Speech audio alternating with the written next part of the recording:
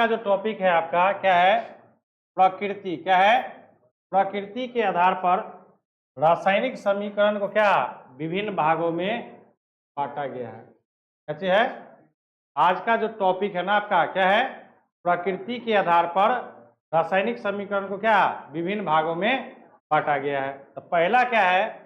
संयोजन या संश्लेषण अभिक्रिया।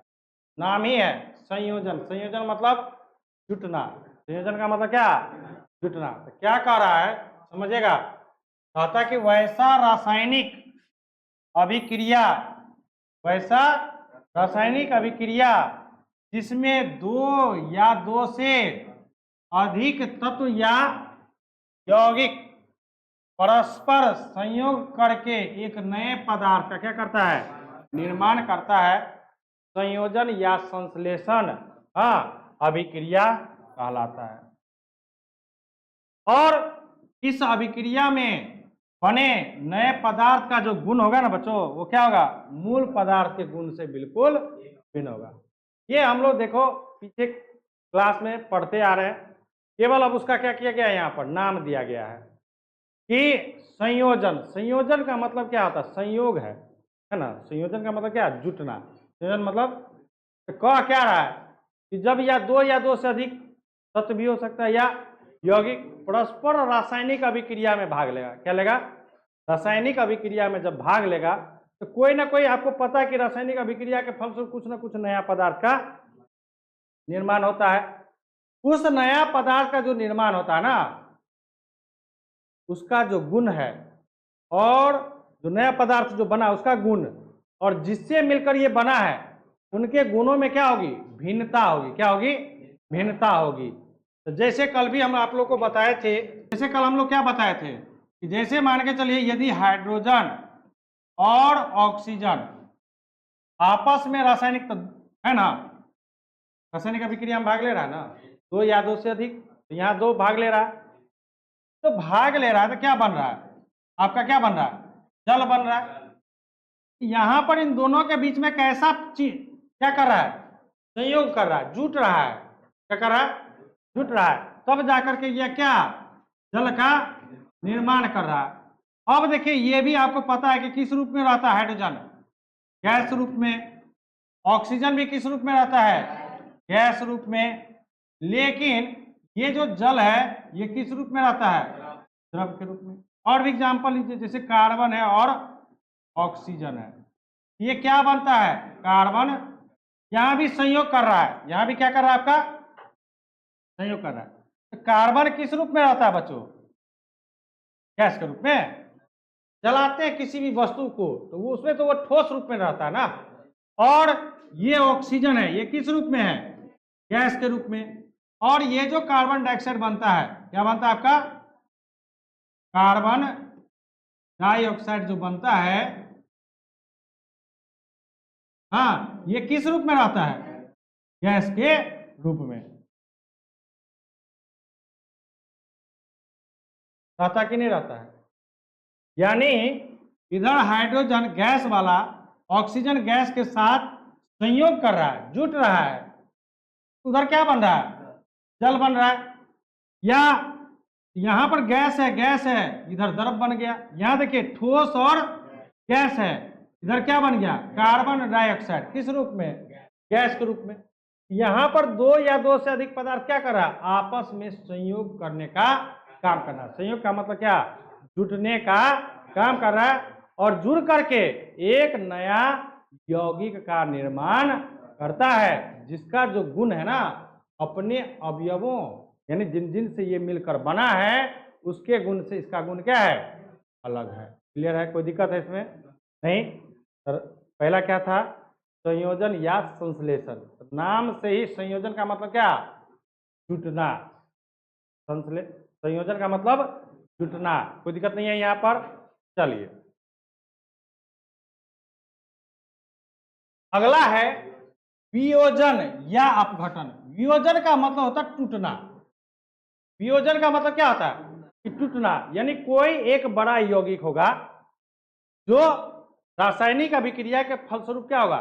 टूटेगा। क्या होगा? टूटेगा। और उससे जो नया पदार्थ बनेगा उसका भी गुण अपने मूल जो यौगिक है उसके गुण से क्या होगा, इसमें भी भिन्न होगा। तो समझिएगा क्या कहता परिभाषा। कहता कि रासायनिक अभिक्रिया, हाँ, कहता कि वैसा रासायनिक अभिक्रिया जिसमें एक बड़ा यौगिक, क्या कह रहा है कि वैसा रासायनिक अभिक्रिया जिसमें एक बड़ा यौगिक टूटकर दो या दो से अधिक सरल यौगिकों का क्या करता है, निर्माण करता है, उसे वियोजन या अपघटन अभिक्रिया कहते हैं या कहलाता। इसका भी जो बड़ा यौगिक का जो गुण होगा, ये जो सरल यौगिक का जो गुण है, हाँ, उससे क्या होगा, ये भिन्न होगा। जैसे में देखिए कैल्शियम कार्बोनेट है, कैल्शियम कार्बोनेट है, यह रासायनिक अभिक्रिया में क्या करता है, टूटता है। क्या क्या बनता है, कैल्शियम ऑक्साइड, क्या बनता है, कैल्शियम ऑक्साइड और प्लस क्या, कार्बन डाइऑक्साइड। ध्यान दीजिएगा कि कहता है कि कैल्शियम कार्बोनेट, कौन सा, कैल्शियम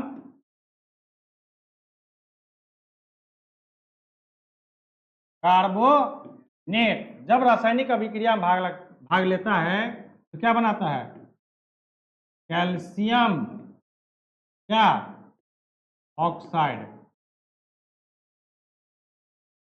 और कार्बन डाई,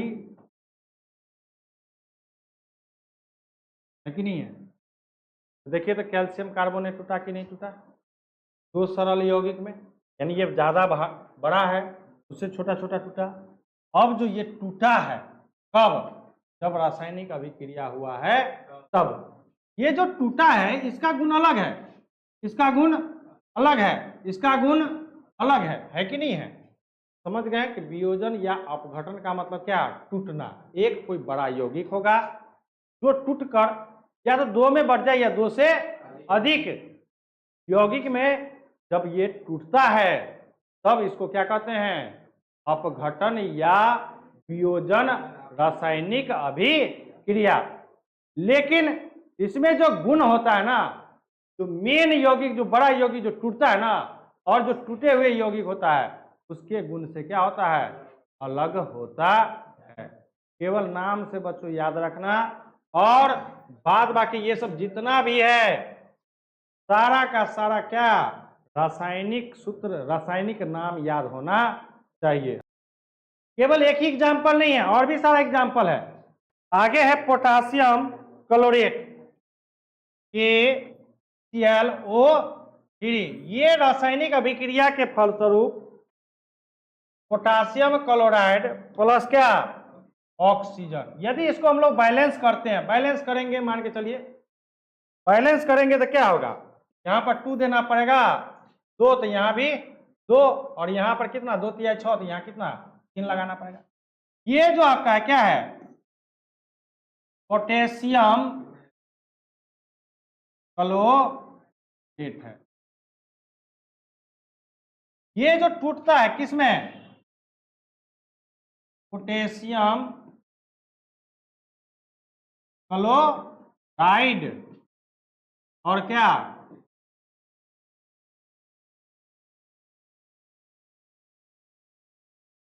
ठीक है ना। ये भी एक भारी अणु है, सॉरी एक भारी क्या है, यौगिक है, जो रासायनिक अभिक्रिया के फलस्वरूप टूट करके क्या, दो छोटे छोटे यौगिक में क्या होता है, टूटता है। इसी को हम लोग क्या कहेंगे, वियोजन या अपघटन रासायनिक अभिक्रिया। किसी को डॉट है। और बच्चों ये बता देते हैं, ये एग्जाम में पूछता है 7 गो की शायद 9 गो है टोटल, कितना है, 9 प्रकार के रासायनिक अभिक्रिया आप लोगों को क्या करना है, पढ़ना है। उस रासायनिक अभिक्रिया में से 1 गो 2 गो पूछता है, ठीक है ना। तो ये आप इसको बहुत नाम से ही पढ़ना सीखिए। क्या चीज से, नाम से ही। पहला संयोजन, संयोजन का मतलब क्या, जुटना। वियोजन मतलब टूटना, हाँ, तो संयोजन मतलब क्या, दो छोटा छोटा यौगिक क्या होगा, जुटेगा। संयोजन का मतलब क्या कि दो छोटा छोटा यौगिक आपस में तत्व या यौगिक आपस में क्या होगा, जुटेगा और प्रतिफल में कोई नया यौगिक का निर्माण करेगा। लेकिन यहां पर क्या कहता है वियोजन में कि अभिकारक में ही, इसमें ये हमारा अभिकारक है ना, रासायनिक अभिक्रिया के जो बाईं ओर होता है, तीर के बाईं ओर होता है, वो क्या होता है, अभिकारक। तो अभिकारक में एक बड़ा यौगिक है, वह टूटता है दो या दो से अधिक छोटे छोटे यौगिक में, ठीक है ना, या अणु में टूटेगा, ठीक है ना। उसी को हम लोग क्या कहेंगे, वियोजन या अपघटन रासायनिक अभिक्रिया। तीसरा आपका क्या है, वैद्युत अपघटन अभिक्रिया। नाम से ही यानी यह अभिक्रिया तभी होगा जब इसमें विद्युत धारा प्रवाहित किया जाएगा। समझ लीजिए, कहता है कि वैसा रासायनिक अभिक्रिया जिसमें विद्युत धारा प्रवाहित करने के फलस्वरूप अभिक्रिया क्या होती है, पूर्ण होता है, उसे क्या कहते हैं, वैद्युत अपघटन क्या रासायनिक अभिक्रिया कहते हैं। यानी क्या, जब तक इस अभिक्रिया को कराना है, इस अभिक्रिया को कराना है तो इसमें विद्युत धारा क्या करना पड़ेगा, प्रवाहित करना पड़ेगा। बिना विद्युत धारा का प्रवाहित किए ये रासायनिक अभिक्रिया होगा ही। जैसे में 2NaCl सोडियम क्या क्लोराइड, क्या है आपका, सोडियम क्लोराइड। जैसे ही इसमें विद्युत धारा प्रवाहित करते हैं, क्या करते हैं, विद्युत धारा प्रवाहित करते हैं, तो ये क्या करता है, सोडियम और क्लोरीन, सोडियम और क्लोरीन तत्व में क्या होता है, ये विभाजित हो जाता है। इसको बैलेंस करने के लिए दो दीजिए Cl2, ठीक है ना।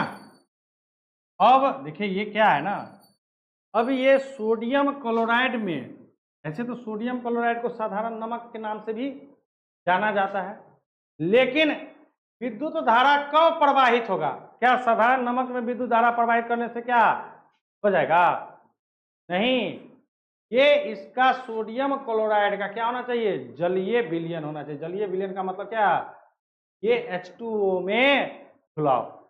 अब इसका प्रयोग आप करके बता सकते हैं, देख सकते हैं कि जैसे हम लोग के घर में क्या है, नमक है, नमक ले लीजिएगा और दो तार ले लीजिएगा, प्लग लगा दीजिएगा, दोनों तार को उसमें क्या कीजिएगा, दो तार की जरूरत नहीं है, जिस तार में फेज रहता है वो अपने टेस्टर से पता चल जाएगा, वो लेके आइएगा और नमक में क्या कीजिएगा, उसको डाल दीजिएगा, हाँ, और तब टेस्टर से चेक कीजिएगा कि नमक में क्या, टेस्टर मेरा जल रहा है, नहीं जलेगा, वो नहीं जलेगा। लेकिन जैसे ही सोडियम क्लोराइड को यानी जल में घुला देंगे, ये जलीय विलयन हो गया, ये क्या हो गया आपका, जलीय विलयन हो गया ना। इस जलीय विलयन में जैसे ही विद्युत धारा प्रवाहित करेंगे, ये जो सोडियम है ना, ये कैथोड पर टूटेगा, पर कैथोड पर, और ये क्लोरीन कहाँ पर, कैथोड पर। क्यों कैथोड पर, क्योंकि कैथोड केटायन कहते हैं, केटायन यानी धनात्मक। तो आपको तो हम पीछे पढ़ा चुके हैं कि सोडियम कैसा तत्व होता है, सोडियम धनात्मक आयन में परिवर्तित होता है। सोडियम जो है किसमें, इलेक्ट्रॉनिक विन्यास जब हम लोग पढ़ रहे थे तो वहां पर बताए थे ना कि सोडियम जो धातु है या तत्व है वो क्या, किसमें, धनात्मक आयन में परिवर्तित होता है, जबकि क्लोरीन क्या होता है, ऋण आयन। एनोड का मतलब क्या, ऋणात्मक, कैथोड का मतलब क्या, धनात्मक, यानी ये प्लस पर टूटेगा और ये माइनस पर टूटता है। कोई दिक्कत है, जैसे और भी है, देखिए Al2O3 यानी एल्यू क्या, मीनियम,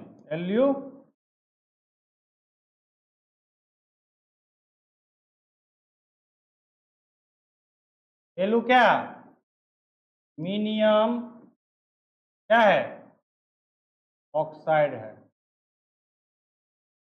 इसमें जैसे ही विद्युत धारा प्रवाहित करेंगे, क्या करेंगे, विद्युत धारा प्रवाहित करेंगे, ठीक क्या, एल्युमिनियम प्लस क्या,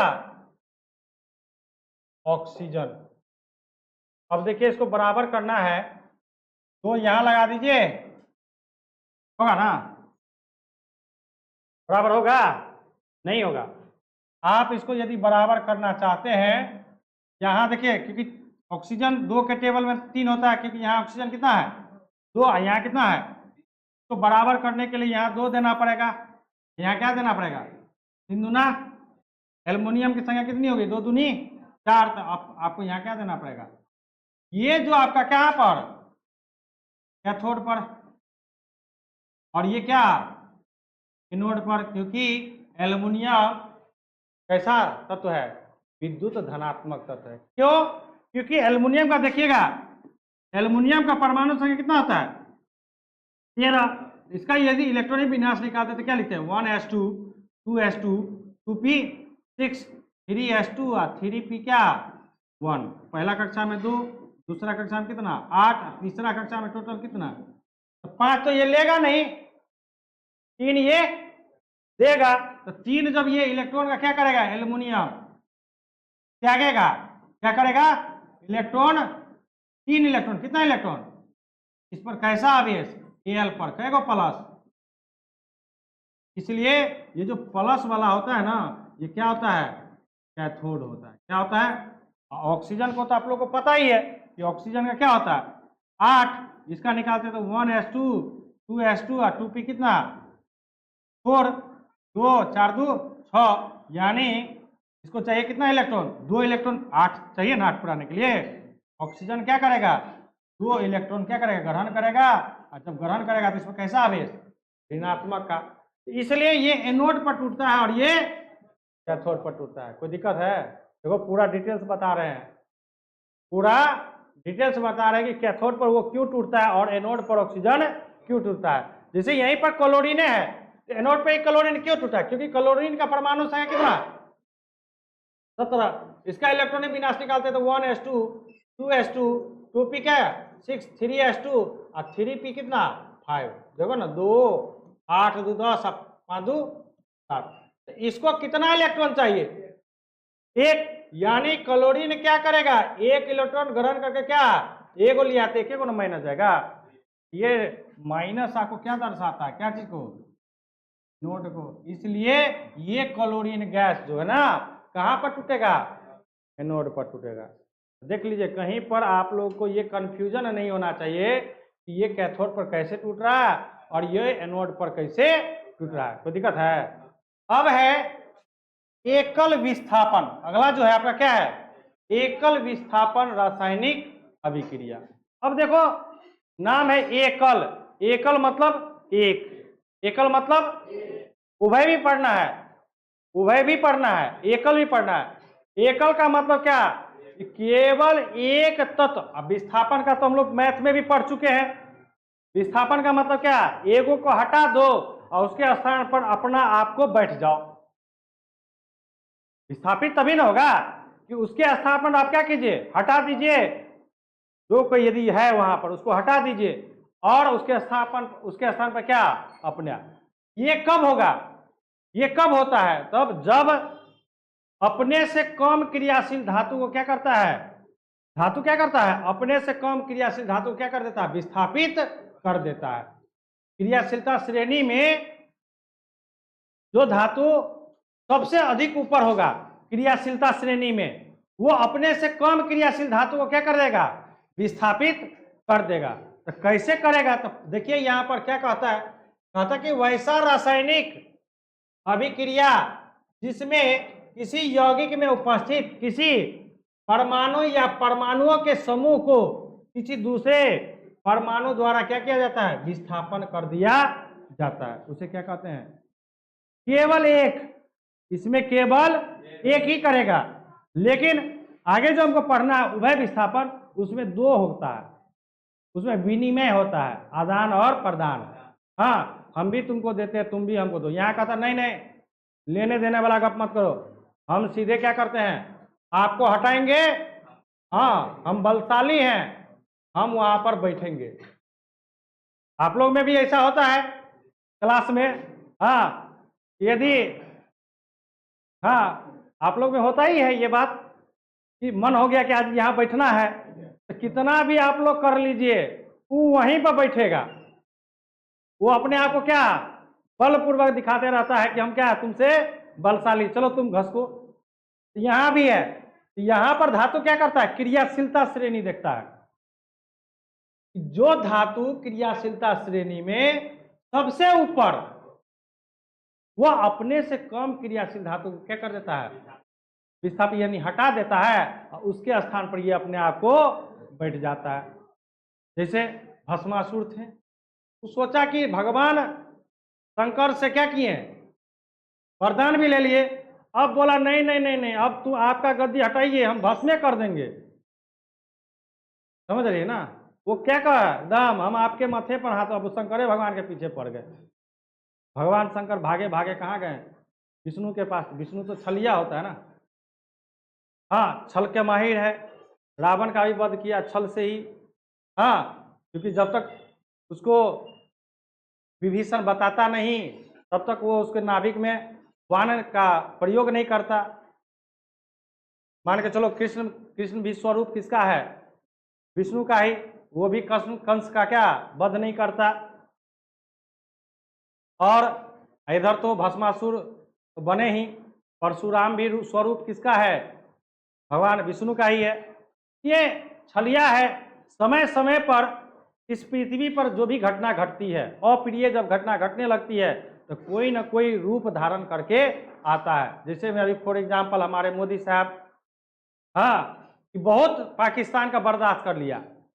हर आए दिन क्या होता था, कहीं 2 गो वहां मार दिया, सेना को मार दिया, तो 2 गो आदमी को मार दिया, तो 3 गो आदमी को मार दिया। हर एक चीज का क्या होता है, एक सीमा होता है। आज हमारे मोदी साहब क्या किए, बोले ना रुको बेटा, हम आपको छोड़ने वाले नहीं है, हम उस गढ़ को ही बर्बाद कर देंगे जिस गढ़ से वो आतंकवादी निकलता है। आज देखिए हमारे भारत देश और पाकिस्तान के बीच में क्या है, युद्ध चल रहा है। और युद्ध डायरेक्ट नहीं है, युद्ध तो डायरेक्ट है ही, अभी सामना सामनी सेना नहीं लड़ रहा है। ये उधर से ड्रोन मार रहा है, वो उधर से ड्रोन मार रहा है, वो उधर से मिसाइल मार रहा है, ये इधर से मिसाइल मार रहा है। समझ रहे हैं ना? तो उस सोच को खत्म करना चाहिए। हम लोग का जीवन क्या है, आप भी खुश रहिए, हम भी खुश रहें।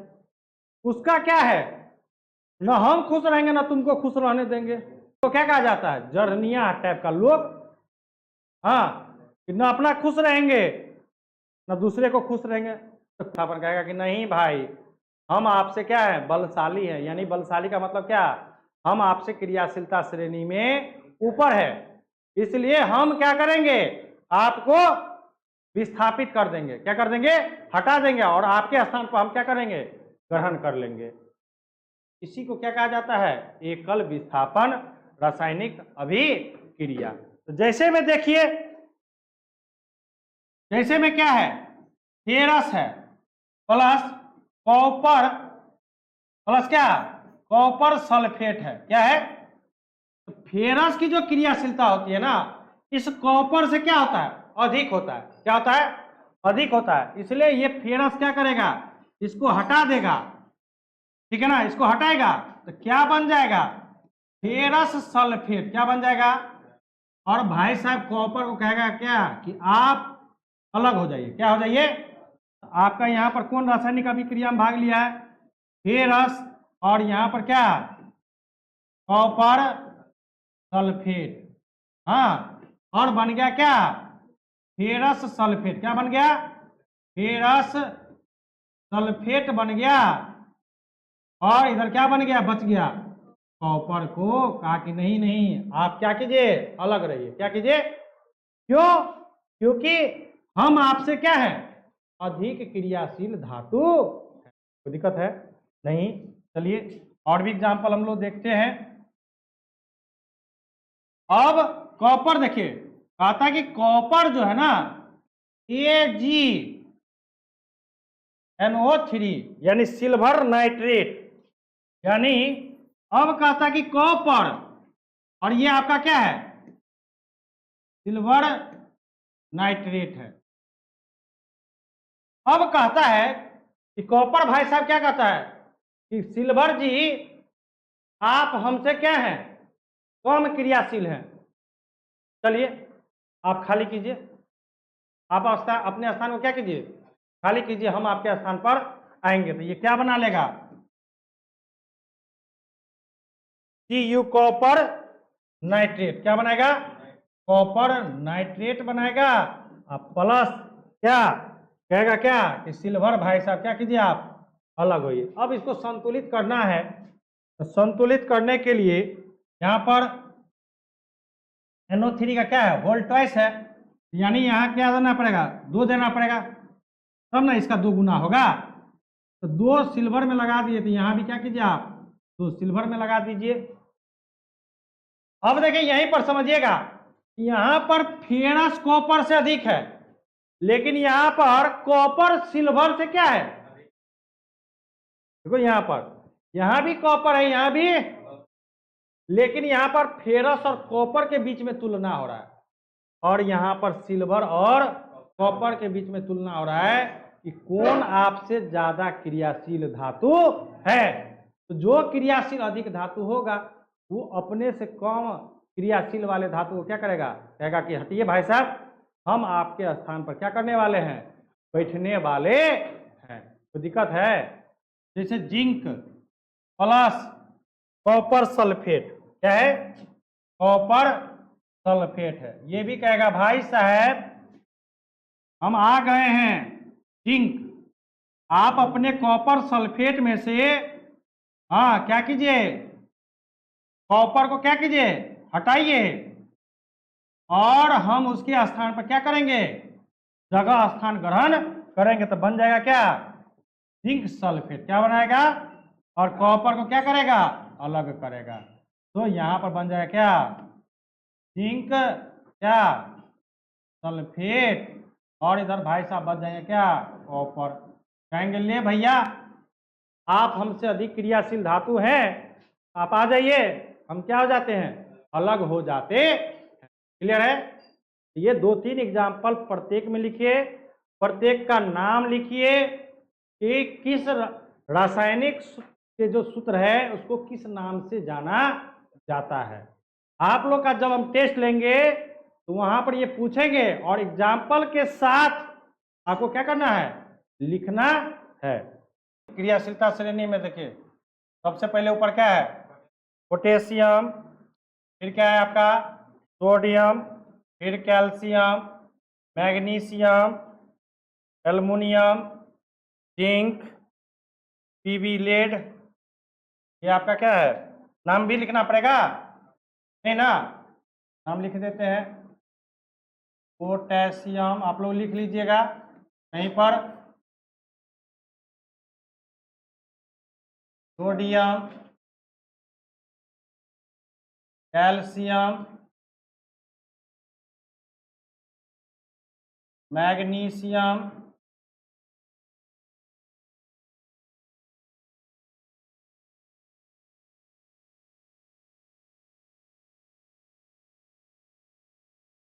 Magnesium, aluminium, zinc, lead,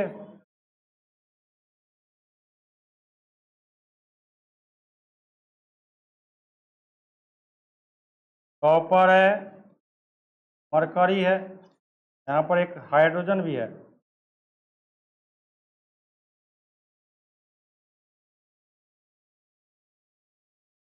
copper है, मरकरी है,